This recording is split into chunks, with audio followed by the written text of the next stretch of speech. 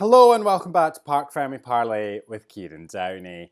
It is race week. It is the penultimate race week of the year. And whoo boy, this year has gone fast. I feel like we were just doing testing in Bahrain and now we only have 2 races left and they're going to go like that. I don't know what I'm going to do with myself, to be honest with you. There will be a lot of watching old races. The Formula E season actually starts the day before Abu Dhabi.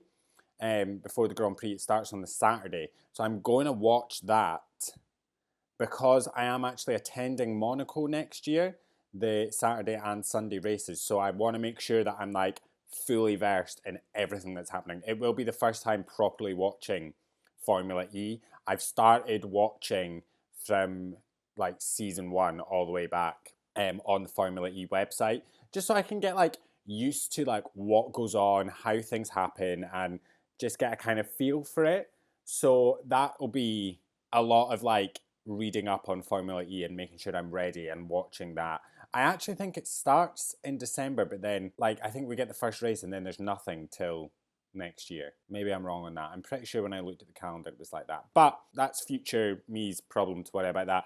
Today we are here to do some predictions for Qatar. And listen, I go into these race weekends thinking I know exactly what's going to happen, and every race just throws something different at us. Then you go in thinking, yeah, this is most likely the outcome, and then just something mental happens. I went into Vegas thinking Ferrari would be decent, and we got a Merc 1-2. I thought that was going to be Ferrari. They didn't do terrible, but there's been weekends where I've just thought McLaren are going to dominate, and they haven't. There's been weekends where I thought Red Bull, Perez, may bounce back. He just hasn't.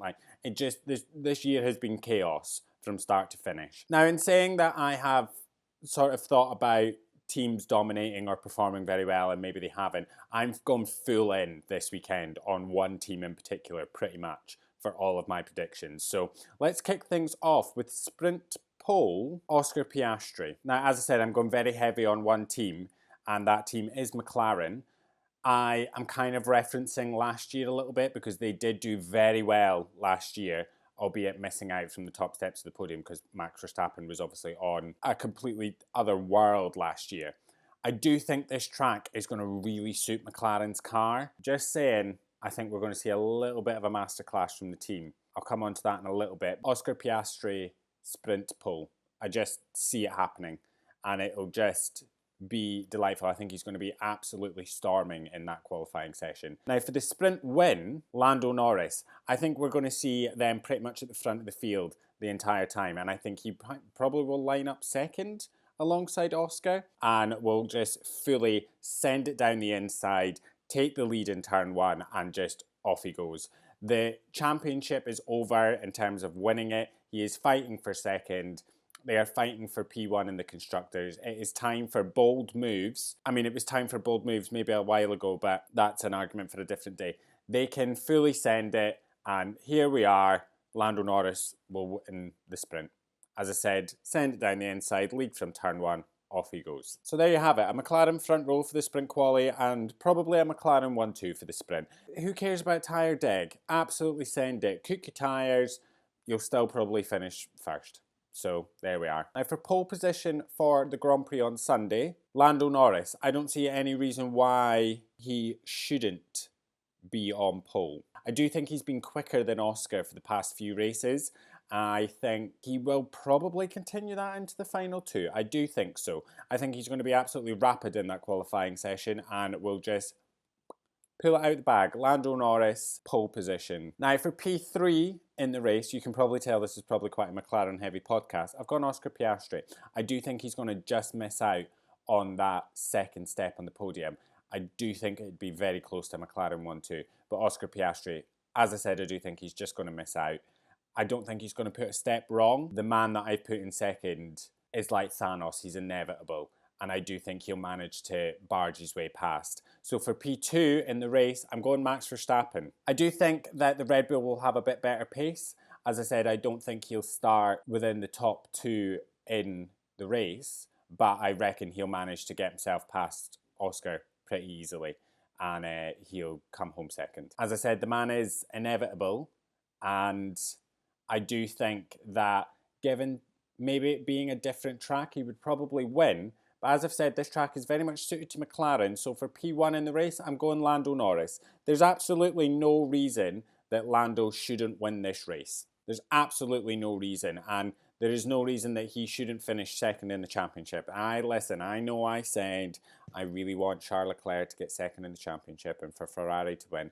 But I think these next two tracks are going to be very suited to McLaren. And Ferrari might be a little bit on the back foot. I don't really want to put Ferrari's name in my mouth.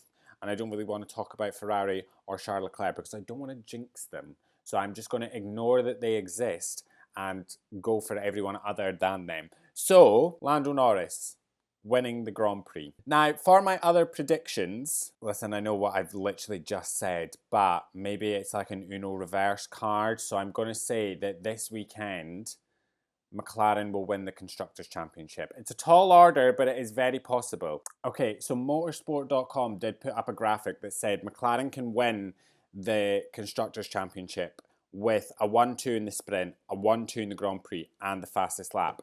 Now listen, I know I've put Oscar for third in this prediction, and it will probably take a Ferrari disaster for them to achieve that. But it's a bold prediction. It's very, very bold. I'm just putting it out there. McLaren will win the Constructors' Championship this weekend. It's possible it could happen. Laying all my cards on the table. I know we've just left Vegas, but I'm putting everything out there. Putting all my eggs in McLaren's basket, pretty much, albeit I do think Max will get second. And there we are. Clean sweep.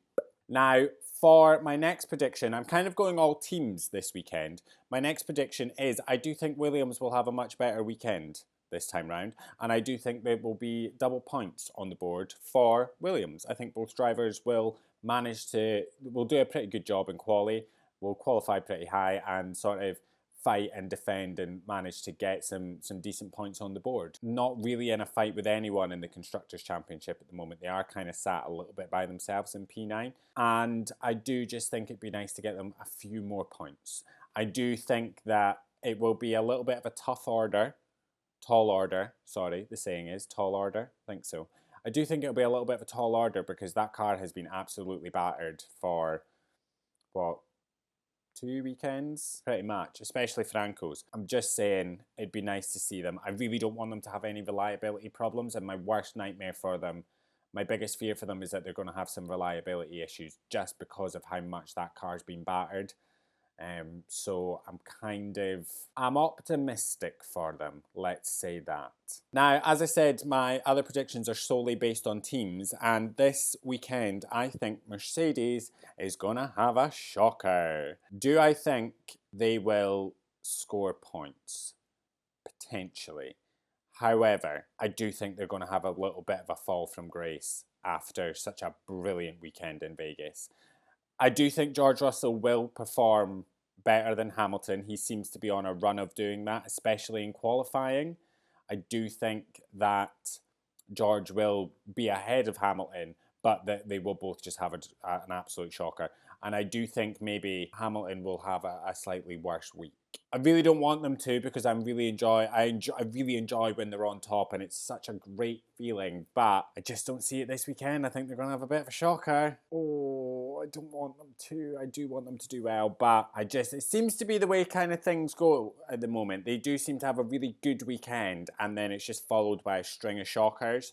And then they have another really good weekend and then we've got another sort of string of shockers. Not so much shockers, but more just like not really performing that great. A lot of struggles with the car, a lot of complaints, not really feeling great out on track, probably sitting in the mid to low points. Hamilton potentially getting knocked out in Q1, all these kind of things. I do think it's going to be a little bit of a disaster for Mercedes this weekend. I don't want it to be, but it does kind of feel like it's going that way. And that is our predictions for the Qatar Grand Prix. We've absolutely rattled through them. So a quick reminder, Oscar Piastri, sprint pole. Lando Norris, sprint win. Pole position for the Grand Prix, Lando Norris. Oscar Piastri will come home third, Max Verstappen second, and Lando Norris will win. McLaren will win the Constructors' Championship, I say through gritted teeth, but it's a bold prediction and Ferrari will do it next year. Williams double points.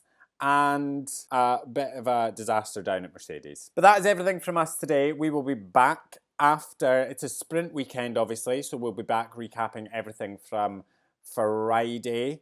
I think I might do what I did last time and sort of group the sprint together, so the sprint quali and the sprint race together. We'll talk about qualifying and then we'll talk about the Grand Prix. I do think it's going to be quite tricky for the drivers out there, although we've changed it to a little bit later in the year so the conditions aren't going to be as bad as 2023. I think the backlash from the drivers, it just wasn't, I just don't think it was safe, to be honest with you, to put the drivers through that, and it would have been stupid for them to do that again. I think we're again in for maybe a little bit of a spicy weekend. But as I said, that's everything from us. We'll see you after the first couple of sessions. Enjoy the rest of your day. Love you. Bye.